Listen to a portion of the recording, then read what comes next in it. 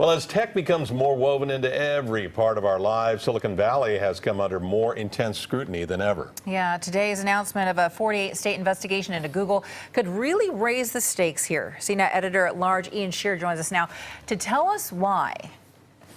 Ian, welcome. And welcome. You know, the tech giants have slid by for years this kind of intense scrutiny that they know is coming.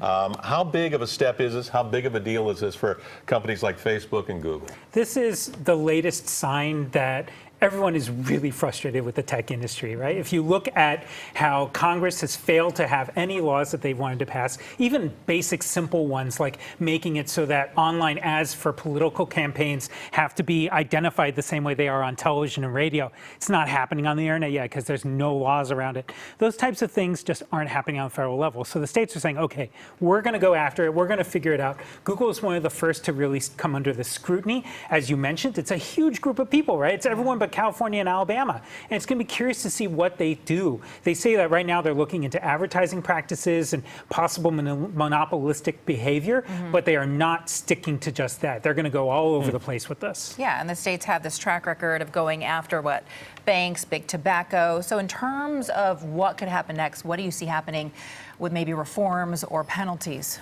I think what's going to happen is that at the very minimum, the states making this action are going to pressure the government to do more. There was a lot of criticism toward the FTC specifically, but other parts of the government over the agreements they came to with Facebook over the $5 billion fine. You remember that a couple of weeks ago? Yeah. And then the one against Google for 170, I think it was.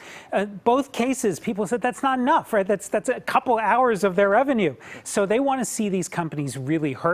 And look, part of this is that people just want to kind of get a little bloodletting, right? Get a piece of flesh over all that's happened. You have that feeling, but doesn't this fly in the face of everything you learn in business school? Annihilate your competition. Right. Go to the top. Beat them down so they can't take you on. Is this going to have any effect in stifling creativity in the Valley? Well, I think you would see some people argue that without question. I think the question will become, can the government act in a way that we feel like they're pulling back on the bad behavior of Silicon Valley while allowing them to be as creative and the economic engine that they've been in this area, right? And those are really hard things to figure out, which is why I think the government is taking time sometimes. Yeah, a lot of questions here. Well, we'll see what they do. Yeah, exactly. 48 states, plus the District of Columbia and Puerto Rico are all weighing in. Ian Led by Texas, which is no accident, by the way. No accident at all, yes. Yeah, Ian, thank you for that.